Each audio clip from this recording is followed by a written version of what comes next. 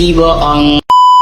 Aku hanya memikirkan satu peraturan penting. Kenapa kau lakukan hari ini kalau kau bisa melakukannya besok? Few moments later.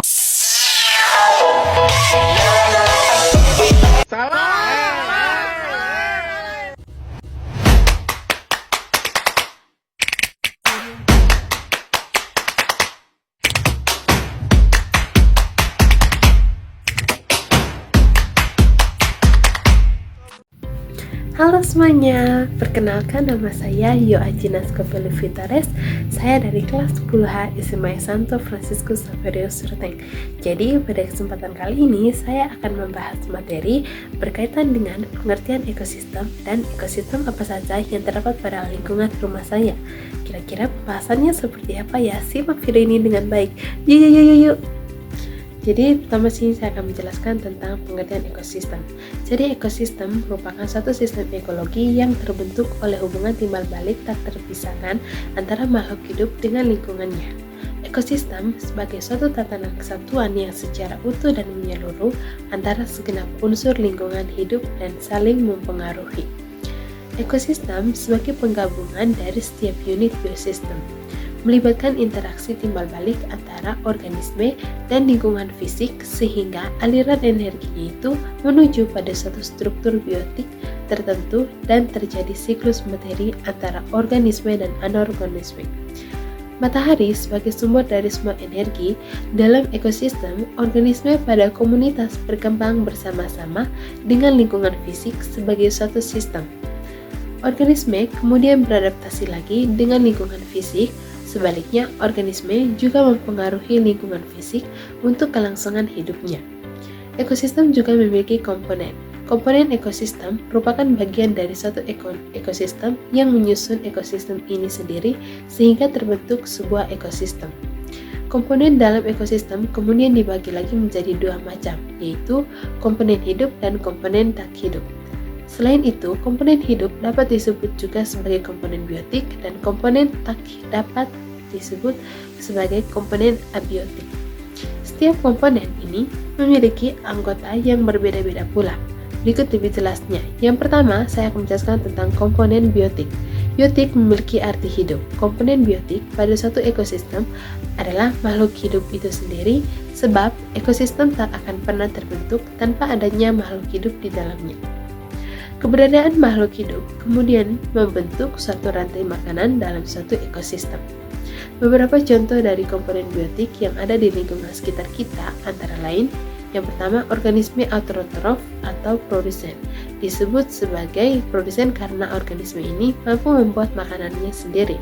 Bahkan ia membuat makanan bagi organisme lain yang tinggal di ekosistem.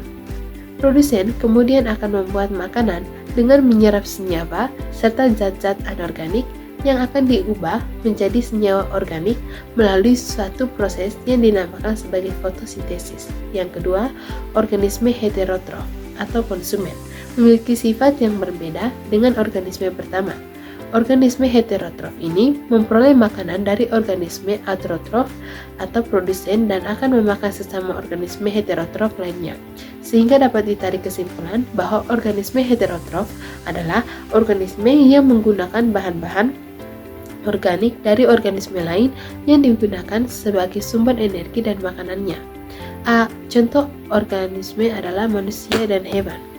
Ketiganya nanti dibagi lagi berdasarkan makanannya menjadi herbivora, karnivora, serta omnivora. Pengurai atau dekomposer merupakan golongan terakhir dari komponen biotik dalam sebuah ekosistem.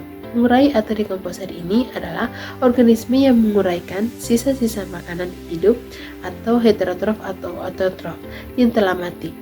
Dengan kata lain, pengurai adalah organisme yang bekerja untuk merubah bahan-bahan organik dari organisme yang telah mati menjadi senyawa anorganik melalui satu proses yang dinamakan dekomposisi. Pengurai atau dekomposer akan menduduki jabatan penting dalam suatu rantai makanan di bumi, karena perannya paling akhir adalah kunci keberlangsungan rantai makanan. Beberapa contoh pengurai atau dekomposer yang ada di sekitar lingkungan tempat kita tinggal adalah ganggang jamur, bakteri cacing, dan lain sebagainya. 2. Ada komponen abiotik atau komponen tak hidup. Dengan kata lain, komponen abiotik adalah komponen yang terdiri dari benda-benda bukan makhluk hidup, tetapi ada di sekitar kita dan ikut mempengaruhi kelangsungan hidup. Beberapa jenis komponen abiotik yaitu suhu, sinar matahari, air, angin, udara, kelembapan udara, dan banyak lagi benda mati yang ikut berperan dalam ekosistem. Selanjutnya, saya akan menunjukkan ekosistem apa saja yang terdapat pada lingkungan rumah saya. Berikut adalah ekosistem biotik.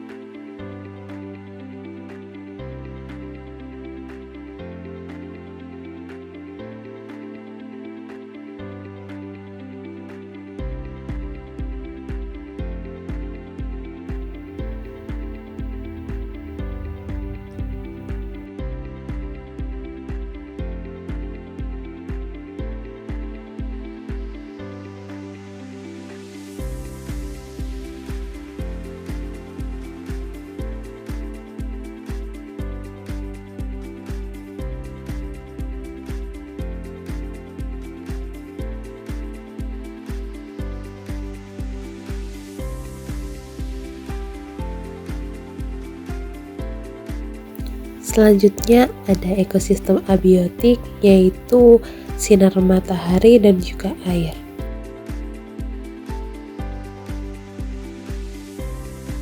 Selanjutnya ada interaksi antara biotik dan abiotik.